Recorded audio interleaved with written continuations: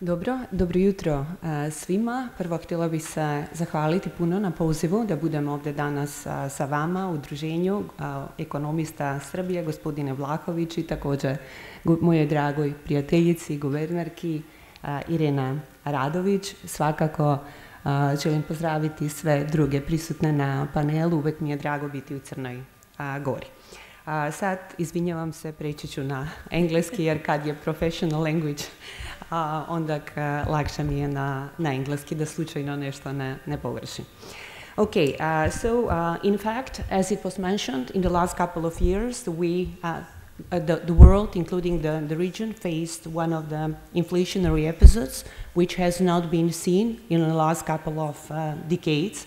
Global inflation doubled. Inflation in the CEC region, in our region, quadrupled, even more than the global inflation, and inflation in North Macedonia even more than quadrupled, reaching the peak of about 20%.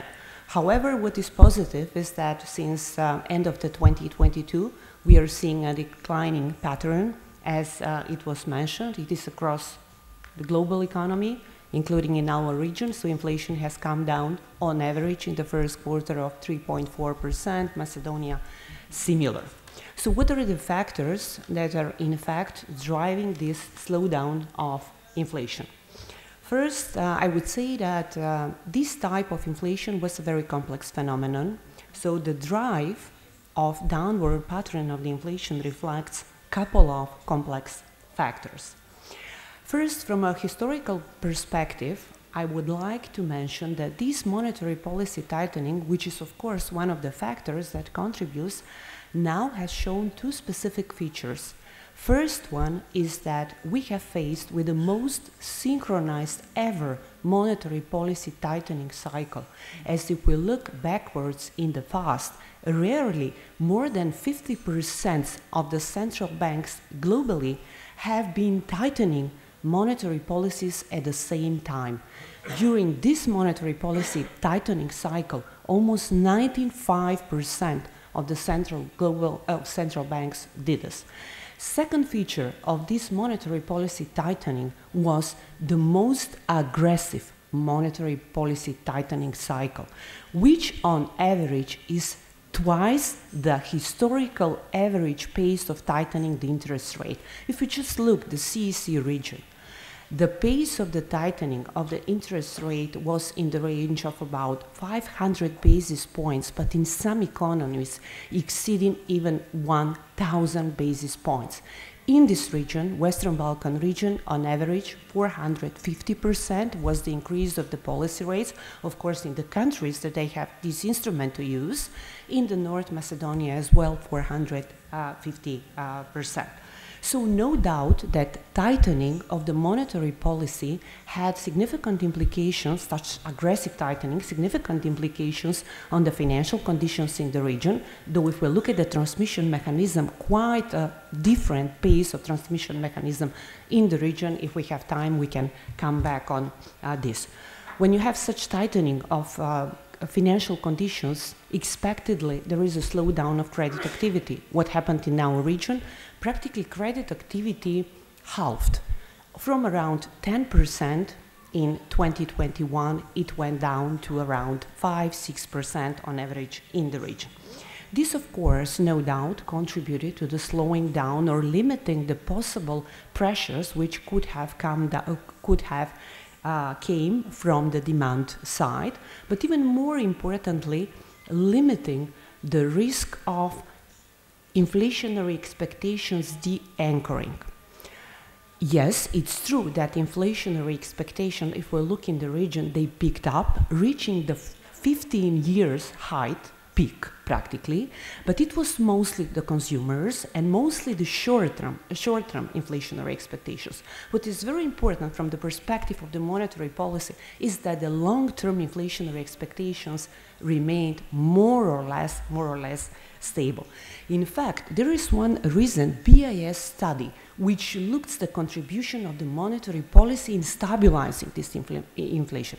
And what is the conclusion? The conclusion is, well, having in mind that this type of inflation that we face was a very complex phenomenon, not standard monetary phenomenon where we just see demand side pressure. So in this case, the biggest contribution of the monetary policy was keeping inflationary expectations anchored, and thus preventing the opening up of the inflationary price-wage spiral.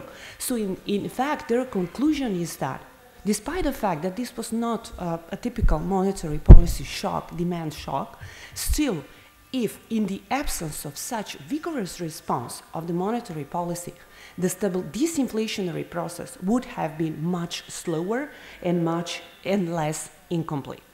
So practically, what was also very important, what we did as a central bank to keep also inflationary expectations anchored, communication. I think during this cycle of monetary policy tightening, communication was key. For example, what we did in our central bank.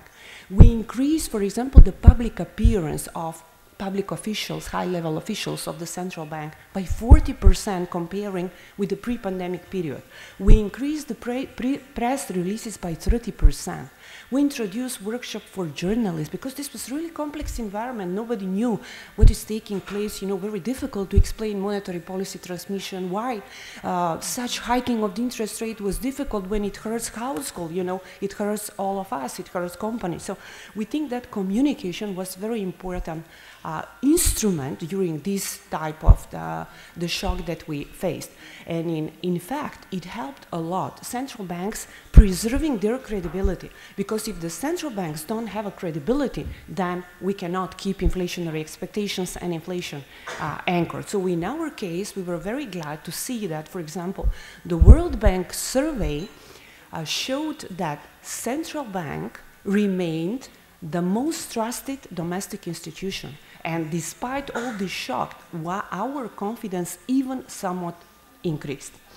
Of course, we should be humble, because it was not only the monetary policy that contributed to slowing down inflation, having in mind the reasons what were pushing up the inflation, easing of the commodity prices and easing of the supply chain disruptions, of course, plays a very important role in this region, including the Macedonian economy, having its structural features, high dependence, high trade dependency. So, in a nutshell, inflation is coming down, including in the Macedonian economy. It's a combination of the monetary policy, combination also of easing of the supply side pressures that we feel.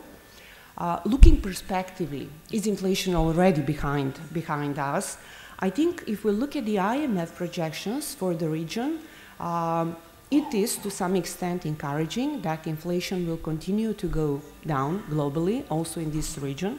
But still, there are two important features if we look at these projections. First one, stubbornness of the inflation, that still it will remain higher in comparison without implicit or explicit inflationary targets that we have.